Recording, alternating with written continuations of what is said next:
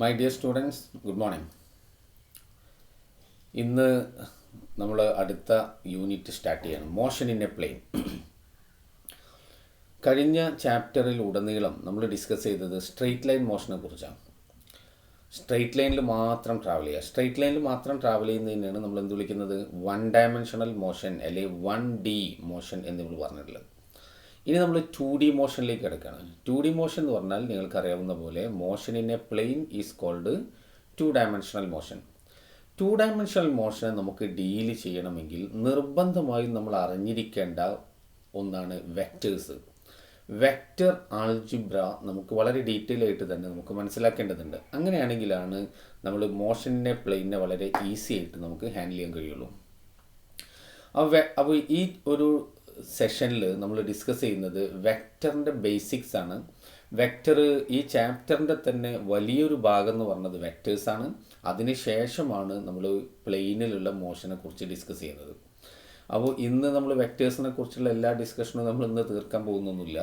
പകരം ഇന്ന് introduction to vectors മാത്രമേ ഇന്ന് നമ്മൾ സംസാരിക്കുന്നുള്ളൂ. വെക്റ്ററിനെ എങ്ങനെ റെപ്രസെൻ്റ് ചെയ്യാം, എന്താണ് എന്നുള്ള കാര്യങ്ങളൊക്കെയാണ് നമ്മൾ ഡിസ്കസ് ചെയ്യുന്നത്.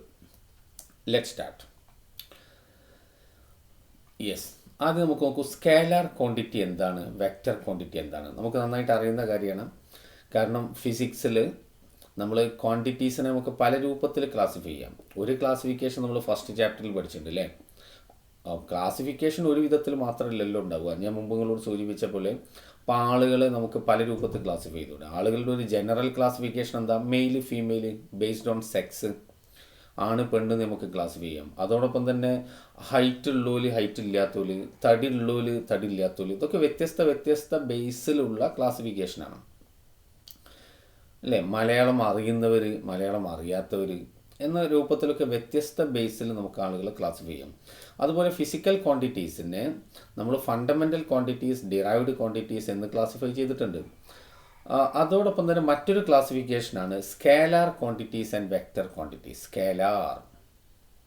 സ്കേലാർ ക്വാണ്ടിറ്റീസ് അല്ലെങ്കിൽ നമ്മളിതിനെ സ്കേലാേഴ്സ് എന്ന് വിളിക്കും. സ്കേലാേഴ്സ് എന്ന് പറഞ്ഞാൽ സ്കേലാർ ക്വാണ്ടിറ്റീസ് എന്നാണ് അതിൻ്റെ അർത്ഥം. എന്താ scalar quantities? Physical quantities which have only magnitude and no direction. Only magnitude and no direction. Magnitude മാത്രമേ ഉള്ളൂ, ഡിറക്ഷൻ ഇല്ല. ഉണ്ടോ? Only magnitude and no direction are called scalar quantities. Example നോക്കൂ, mass, volume, density, time, temperature, electric current etcetera എന്ന് വെച്ചാൽ ഈ പറഞ്ഞ ക്വാണ്ടിറ്റീസിനൊന്നും ഡിറക്ഷന് യാതൊരു പ്രസക്തി ഇല്ല, ഡിറക്ഷൻ ഇമ്പോർട്ടൻ്റ് ഇല്ല. മാസ്, വോളിയം, ഡെൻസിറ്റി, ടൈം ഇതിനൊന്നും ഡിറക്ഷന് യാതൊരു ഇമ്പോർട്ടൻസും ഇല്ല, അതിൻ്റെ വാല്യൂവിനെ പ്രസക്തി ഉള്ളൂ. അപ്പോൾ ഡിറക്ഷനും കൂടി ഇമ്പോർട്ടൻസ് ഉണ്ടെങ്കിൽ വിളിക്കുന്ന പേരാണ് വെക്റ്റർ ക്വാണ്ടിറ്റീസ്. ഡിറക്ഷൻ ഇമ്പോർട്ടൻ്റ് ഇല്ലാതെ അതിൻ്റെ മാഗ്നിറ്റ്യൂഡ്, അതിൻ്റെ യൂണിറ്റും അതുപോലെ തന്നെ അതിൻ്റെ നമ്പറും NU, അതാണ് നമ്മൾ മാഗ്നിറ്റ്യൂഡ് കൊണ്ട് ഉദ്ദേശിച്ചത് കേട്ടോ. NU ഇതിനെയാണ് നമ്മൾ മാഗ്നിറ്റ്യൂഡ് കൊണ്ട് ഉദ്ദേശിച്ചത്. അപ്പോൾ ഉദാഹരണത്തിന് 10 മീറ്റർ, ഇപ്പോൾ length is equal to 10 metre. അപ്പോൾ ഈ 10 എന്താണ്? നമ്പർ, മീറ്റർ, ഇതിനെ രണ്ടിനും കൂടി ഉൾക്കൊള്ളിച്ചുകൊണ്ടാണ് നമ്മൾ എന്ത് വിളിക്കുന്നത്? മാഗ്നിറ്റ്യൂഡ് എന്നുള്ളത്. അപ്പോൾ ചില ക്വാണ്ടിറ്റീസിന് അതിലിപ്പോൾ യൂണിറ്റ് ഉണ്ടാവണമെന്നില്ല. ഉദാഹരണത്തിന് ആംഗിളിനെ പറ്റി നമ്മൾ സംസാരിച്ചിട്ടുണ്ട്. അപ്പോൾ ആംഗിൾ ആവുന്ന സമയത്ത് ഡയമെൻഷനലി യൂണിറ്റ് ഉണ്ടാവില്ല, അങ്ങോട്ട് നമ്മൾ യൂണിറ്റ് ഇട്ട് കൊടുക്കുക ചെയ്ത് അല്ലേ. അപ്പോൾ ഞാൻ ആംഗിൾ ഇപ്പോൾ പൈ റേഡിയൻ എന്ന് നമ്മൾ പറഞ്ഞു, പൈ റേഡിയൻ. ഡയമെൻഷൻ നോക്കിക്കഴിഞ്ഞാൽ ആംഗിൾ എന്ന് പറഞ്ഞാൽ എന്താ? നമ്മൾ ഫസ്റ്റ് ചാപ്റ്ററിൽ പഠിച്ചാണ് arc length divided by radius എന്നാ. അപ്പോൾ ആർക്കിൻ്റെ യൂണിറ്റ് ശരിക്കും എന്താ? മീറ്റർ. റേഡിയസിൻ്റെ യൂണിറ്റ് എന്താ? മീറ്റർ. അപ്പോൾ യൂണിറ്റ് ഉണ്ടാകാൻ പാടില്ല, പക്ഷേ ഇത് നമ്മൾ പുതിയൊരു യൂണിറ്റ്, സപ്ലിമെൻ്ററി യൂണിറ്റ് ആയിട്ട് ഇൻട്രൊഡ്യൂസ് ചെയ്താണ്. ഞാൻ വേറൊരു എക്സാമ്പിൾ പറയാം. നമ്മൾ relative density of a substance divided by density of water. മേൽ ഇൻറ്റൻസിറ്റി, താഴെ ഇൻറ്റൻസിറ്റി. അപ്പോൾ അതിന് യൂണിറ്റ് ഉണ്ടാവില്ല. അപ്പോൾ അതിന് യൂണിറ്റ് ഇല്ലാതെ നമ്മളിപ്പോൾ 2 എന്ന് പറഞ്ഞു കഴിഞ്ഞാൽ അപ്പോൾ അതിന് മാഗ്നിറ്റ്യൂഡ് എന്ന് പറയുന്നത് അപ്പോൾ ഈ N മാത്രമേ ഉണ്ടാവുള്ളൂ, അതിന് യൂണിറ്റ് ഉണ്ടായിരിക്കുന്നതല്ല. പറഞ്ഞു വരുന്നത് മാഗ്നിറ്റ്യൂഡ് മാത്രമുള്ള ഡയറക്ഷൻ ഇല്ലാത്ത ക്വാണ്ടിറ്റീസിനാണ് നമ്മൾ എന്ത് വിളിക്കുന്നത്? Scalar quantities. നമ്മൾ ഓൾറെഡി പഠിച്ചതാണ്, ഞാൻ ഈ ഭാഗത്ത് ഒന്നുകൂടെ ആവർത്തിക്കുകയാണെന്ന് മാത്രം. നെക്സ്റ്റ് നോക്കൂ, വെക്റ്റേഴ്സ് ആണ്. Vectors physical quantities which have both magnitude and direction are called vectors. Example എന്താണ്? Displacement, velocity, force, momentum etcetera. നമ്മൾ ഒരുപാട് എക്സാമ്പിൾ പഠിച്ചിട്ടുണ്ട്, നമ്മൾ ഇനിയും ഒരുപാട് എക്സാമ്പിൾ കാണാൻ പോകുന്നുണ്ട്. മൂവ്മെൻറ്റ് എന്ന് പറഞ്ഞാൽ എന്താ? ആക്കം. ഓക്കെ, ബാക്കിയുള്ള ആളുകളൊക്കെ നിങ്ങൾക്ക് പരിചയമുള്ളതാണ്. ഞാൻ നോക്കൂ, റെപ്രസെൻറ്റേഷൻ ഓഫ് എ വെക്റ്റർ. ഒരു വെക്റ്ററിന് നമ്മൾ എങ്ങനെ റെപ്രസെൻറ്റ് ചെയ്യുന്നു? ഒരു വെക്റ്ററിന് രണ്ട് പ്രോപ്പർട്ടീസാണ് ഇപ്പം നമ്മൾ പറഞ്ഞത്. മീൻസ് രണ്ട് ക്വാളിറ്റീസ്. ഒന്ന് മാഗ്നിറ്റ്യൂഡ് ഉണ്ട്, രണ്ട് ഡിറക്ഷൻ ഉണ്ട്.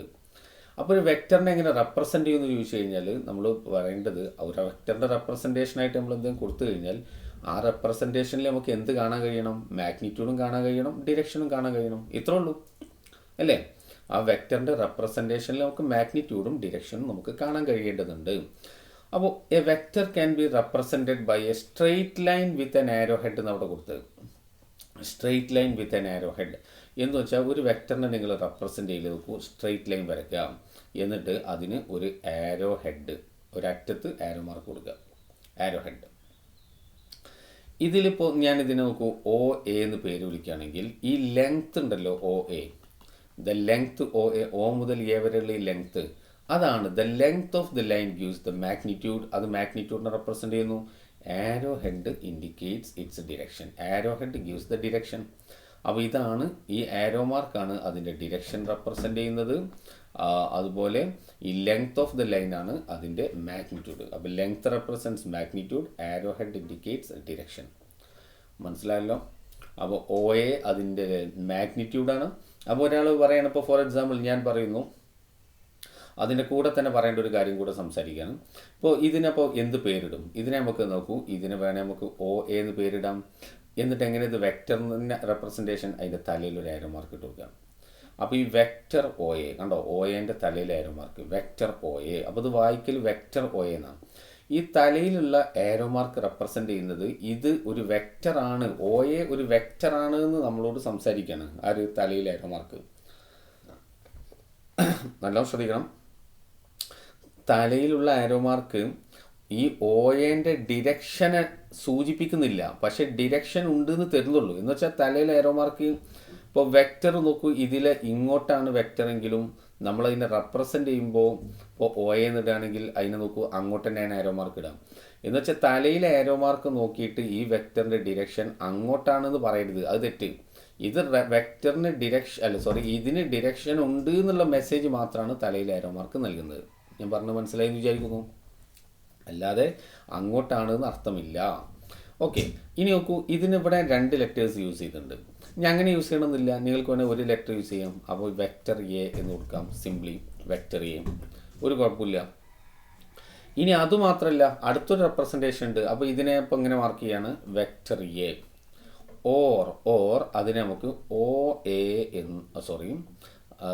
എന്ന് റെപ്രസെൻറ്റ് ചെയ്യാം. അത് നമ്മൾ ഓൾറെഡി സംസാരിച്ചു, അത് നമ്മൾ ഇവിടെ കൊടുക്കേണ്ട കാര്യമാണ്. ആദ്യം നമ്മൾ പേരിട്ടത് ഒ എന്നല്ലേ, ഓർ എ എന്നിടാം. അതുമല്ലെങ്കിൽ നോക്കൂ, എനെ ബോൾഡാക്കി എഴുതുക. കണ്ടാ എ എന്നുള്ളത് നമ്മൾ സിമ്പിൾ കൊടുത്താണ്. എ എന്നോ സ്മോൾ ലെറ്ററോ ക്യാപിറ്റൽ ലെറ്ററോ പിന്നെ വേറെ എന്ത് ഇതും നിങ്ങൾക്ക് അതിനെ റെപ്രസെൻറ്റ് ചെയ്യാം. ബോൾഡാക്കി എഴുതി കഴിഞ്ഞാലും ഇത് വെക്റ്റർ എ എന്നാണ് വായിക്കുക. വെക്റ്റർ എ ബോൾഡാക്കി റെപ്രസെൻറ്റ് ചെയ്താലും ഇത് വെക്റ്റർ എ. അപ്പോൾ ഇത് vector O A or vector A or vector A. പക്ഷേ ഇത് നമ്മൾ സാധാരണ ഇതിൽ ബോർഡിലും നോട്ട്ബുക്കിലും നല്ല യൂസ് ചെയ്യില്ല. ഇത് നമ്മൾ പ്രിൻറ്റ് മീഡിയയിലാണ് പലപ്പോഴും ഈ സിമ്പിൾ യൂസ് ചെയ്യുന്നത്. നിങ്ങൾ ടെക്സ്റ്റ് ബുക്കിൽ ഇത് നന്നായിട്ട് യൂസ് ചെയ്ത് നിങ്ങൾക്ക് കാണാം. പല ചാപ്റ്റേഴ്സിലും വെക്റ്റേഴ്സിനെ റെപ്രസെൻറ്റ് ചെയ്യാൻ അങ്ങനെ ബോൾഡാക്കിയിട്ടായിരിക്കും റെപ്രസെൻറ്റ് ചെയ്തിട്ടുണ്ടാവുക. അപ്പോൾ ഒന്നുകൂടെ പറയാം, വെക്റ്ററിന് ആരൊക്കെയുള്ളത്? വെക്റ്ററിനുള്ളത് straight line with arrow head. അപ്പോൾ ഇതിൽ മാഗ്നിറ്റ്യൂഡാണ് റെപ്രസെൻറ്റ് ചെയ്യുന്നത്, length of the line. Arrow head indicates its direction. പിന്നെ റെപ്രസെൻറ്റ് ചെയ്യുന്ന രീതി നമ്മളിവിടെ പറഞ്ഞു കഴിഞ്ഞു, എങ്ങനെയൊക്കെയാണ് റെപ്രസെൻറ്റ് ചെയ്യുക എന്നുള്ളത്.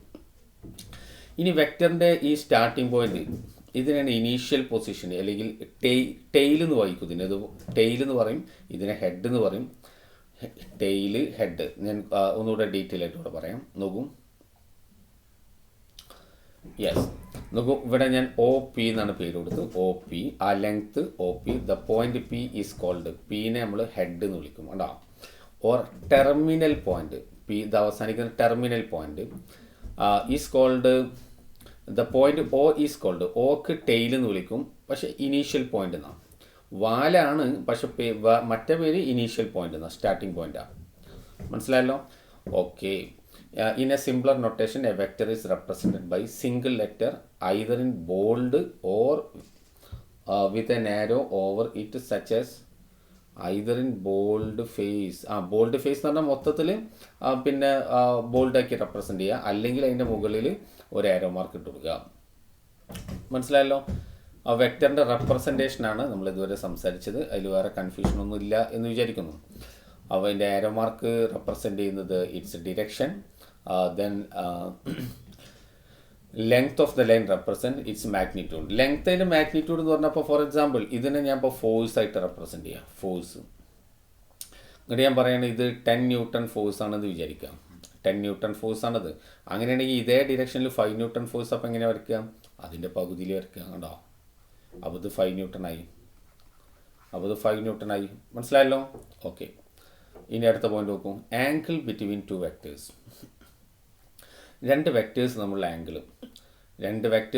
ആംഗിൾ എങ്ങനെ റെപ്രസെൻറ്റ് ചെയ്യാം? അപ്പോൾ ഫോർ എക്സാമ്പിൾ നോക്കൂ, ഞാനിതാ ഇവിടെ മാർക്ക് ചെയ്യാൻ പോകാം. അപ്പോൾ suppose I am having 2 vectors. ഇത് ഒരു വെക്ടർ, ഇത് വേറെ വെക്ടർ. ഓക്കെ, നോക്കൂ. Let this is vector A, this is vector B. ഞാൻ ജസ്റ്റ് കാണിക്കണം കേട്ടോ. നമ്മളോട് ചോദിക്കണം what is the angle between two vectors. ഇത് വെക്ടറിൻ്റെ പഠിക്കുന്ന സമയത്ത് അതിൻ്റെ ആദ്യ ഘട്ടത്തിൽ തന്നെ നിങ്ങൾ പഠിച്ചു പോകേണ്ട ഒരു പോയിൻ്റാണ് ആംഗിൾ ബിറ്റ്വീൻ ടു വെക്ടേഴ്സ്. പലപ്പോഴും വലിയ ഹയർ ക്ലാസ്സിലെത്തുമ്പോൾ വരെ കുട്ടികൾ തെറ്റിക്കുന്ന ഒരു പോയിൻ്റാണത്. അപ്പോൾ ഇപ്പോഴേ പഠിച്ച് മനസ്സിലാക്കിയിട്ട് പോവുക. ആദ്യം മനസ്സിലാക്കുക, ഒരു വെക്ടറിനെ നമുക്ക് എടുത്തിട്ട് ഇവിടുന്ന് ഈ വെക്ടറിനെ എടുത്തിട്ട് എനിക്ക് അങ്ങോട്ടും ഇങ്ങോട്ടും ഒക്കെ എടുത്ത് വെക്കാം. അപ്പോൾ ഈ വെക്ടർ ചെയ്യാൻ എടുത്തിട്ട് എനിക്ക് ഇവിടെ വെക്കാം. പക്ഷേ എന്താ കണ്ടീഷൻ? അതിൻ്റെ ലെങ്ത്തിൽ മാറ്റം വരാൻ പാടില്ല, ആരോ മാർക്ക് മാറരുത്. എന്ന് വെച്ചാൽ അതുപോലെ എടുത്തിട്ട് അങ്ങോട്ട് എടുത്ത് വെക്കണം. അതുപോലെ എടുത്തിട്ട് അതിന് കുഴപ്പമൊന്നുമില്ല. അപ്പോൾ നമുക്ക് ഈ രണ്ട് വെക്ടേഴ്സ് നമ്മൾ ആംഗിൾ ചോദിച്ചു കഴിഞ്ഞാൽ നമ്മൾ ചെയ്യേണ്ട പരിപാടി, നമ്മൾ ആദ്യം ചെയ്യേണ്ടത്, ആദ്യം നോക്കൂ, രണ്ട് രൂപത്തിൽ നമുക്ക് അതിനെ ചെയ്യാം. ഒന്ന് എന്താണെന്ന് വെച്ച് കഴിഞ്ഞാൽ വെക്ടർ എനെ ഇങ്ങോട്ട് വരയ്ക്കുക, അതേപോലെ ഇങ്ങോട്ട് എടുത്ത് വെക്കുക. എന്നിട്ട് വെക്ടർ എ തുടങ്ങിയ സ്ഥലം ഉണ്ടല്ലോ, എന്താ ഇത്, അവിടുന്ന് വെക്ടർ ബീനെ വരയ്ക്കുക. അപ്പോൾ അവിടുന്ന് വെക്ടർ ബീനെ നോക്കുക. ഞാൻ വെക്ടർ ബീനെ വരച്ചു. This is vector B. ഇപ്പോൾ അവർ തമ്മിലൊരു ആംഗിൾ നിങ്ങൾ കാണുന്നില്ലേ? ഇല്ല. എന്ന് വെച്ചാൽ അവർ രണ്ടും ഒരു പോയിന്റിൽ നിന്ന് സ്റ്റാർട്ട് ചെയ്തു. അപ്പോൾ അവർ തമ്മിലൊരു ആംഗിൾ കണ്ട് this angle is the angle between two vectors. അതായത് അവർ തമ്മിൽ ഇപ്പോൾ രണ്ട് ആംഗിൾ ഉണ്ട്. ഒന്ന് ഇതും അവർ തമ്മിലുള്ള ആംഗിൾ തന്നെയാണ് അല്ലേ? ഇത് നോക്ക്, ഇതിങ്ങനെയുള്ള ഒരു ആംഗിൾ. പക്ഷേ ഇതല്ല എടുക്കേണ്ടത്, അവർ തമ്മിലുള്ള സ്മോളർ ആംഗിളാണ് പരിഗണിക്കേണ്ടത്. This is the angle between the two vectors. ഇനി നോക്കൂ, അങ്ങനെ ആവണമെന്നില്ല, നമുക്ക് വേറെയും ചെയ്യാം. ഇവിടെ നമ്മൾ ടെയിലും ആണ് ഒരുമിച്ച് വെച്ച്, അതിന് പകരം ഹെഡും ഒരുമിച്ച് വെച്ചാൽ നമുക്ക് ഇതേ ആൻസർ തന്നെയാണ് കിട്ടുക. ഹെഡും ഒരുമിച്ച് വെച്ചാൽ മതി. അതെങ്ങനെ നോക്കൂ, ഞാൻ ഇവിടെ ഏനെ വരയ്ക്കുന്നു, കാണിച്ചു തരാം. Yes, this is vector A, ഇത് വെക്ടർ എ. ഇനി നോക്കൂ, ഇതിൻ്റെ പിന്നെ ഹെഡ് ഇതല്ലേ, ആ ഹെഡിലേക്ക് ഈ ഹെഡ് വരയ്ക്കുക. അപ്പോൾ ഇങ്ങനെ ഉണ്ടാവും.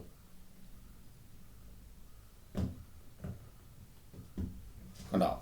അപ്പോൾ ഹെഡും ഒരുമിച്ച് വെച്ച് കഴിഞ്ഞാൽ അവർ തമ്മിലുണ്ടാവുന്ന ചെറിയ ആംഗിൾ ഏതാ നോക്കുക. അപ്പോൾ നോക്കൂ, ഇതല്ലേ ആംഗിൾ. അപ്പോൾ this is also the same theta. അപ്പോൾ ഞാൻ ഇവിടെ കൊടുത്ത angle between two vectors is the smaller angle between the two vectors when they are drawn from a common point. ഉണ്ടോ, ഒരു കോമൺ പോയിന്റ് എന്ന് വരയ്ക്കുക. ആ സമയത്ത് അവർ തമ്മിലുള്ള സ്മോളർ ആംഗിൾ. മനസ്സിലായോ? അപ്പോൾ ഒന്നുകിൽ നിങ്ങൾ ഇങ്ങനെ മനസ്സിലാക്കിയാൽ മതി, ടെയിലും ഒരുമിച്ച് വെക്കുക, അല്ലെങ്കിൽ ഹെഡ് ഒരുമിച്ച് വെക്കുക. ആ സമയത്തുള്ള അവരുമുള്ള സ്മോളർ ആംഗിൾ എടുക്കുക. ഇനി നമുക്ക് വേറൊരു ക്വസ്റ്റ്യൻ ഞാൻ ഇവിടെ കാണിക്കാം. അപ്പോൾ ഫോർ എക്സാമ്പിൾ നമുക്ക് ഒരു ഡയഗ്രാം നമുക്ക് ഇങ്ങനെ തന്നിട്ടുണ്ട്, ലൈക്ക് ദിസ്. യെസ്, നമ്മളോട് ചോദിക്കുകയാണ് what is the angle between P and Q.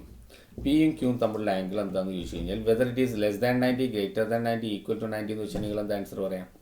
ഇവരുമുള്ള angle എന്താ? ലെസ് ദാൻ 90 ആണോ, ഗ്രേറ്റർ ദാൻ 90 ആണോ, ഈക്വൽ ടു 90 ആണോ? Come on fast. ഏതാണ്? ലെസ് ദാൻ 90 ആണോ? അല്ല, കണ്ടത് ലെസ് ദാൻ 90 തോന്നുക. പക്ഷേ ഇത് നോക്കൂ, ഹെഡും ടെയിലും ആണ് ഇവിടെ ഒരുമിച്ചുള്ളത്. അപ്പോൾ ഈ വെക്ടർ ക്യൂവിനെ നമ്മൾ ഇവിടുന്ന് അങ്ങനെ അങ്ങോട്ട് ഉന്തി കൊടുക്കുക. അവിടുന്ന് അങ്ങനെ ഉന്തുമ്പോൾ നോക്കുക, അത് അങ്ങനെ അതിലങ്ങോട്ട് പോവുക. അപ്പോൾ ടെയിലും ഒരുമിച്ചാണ്.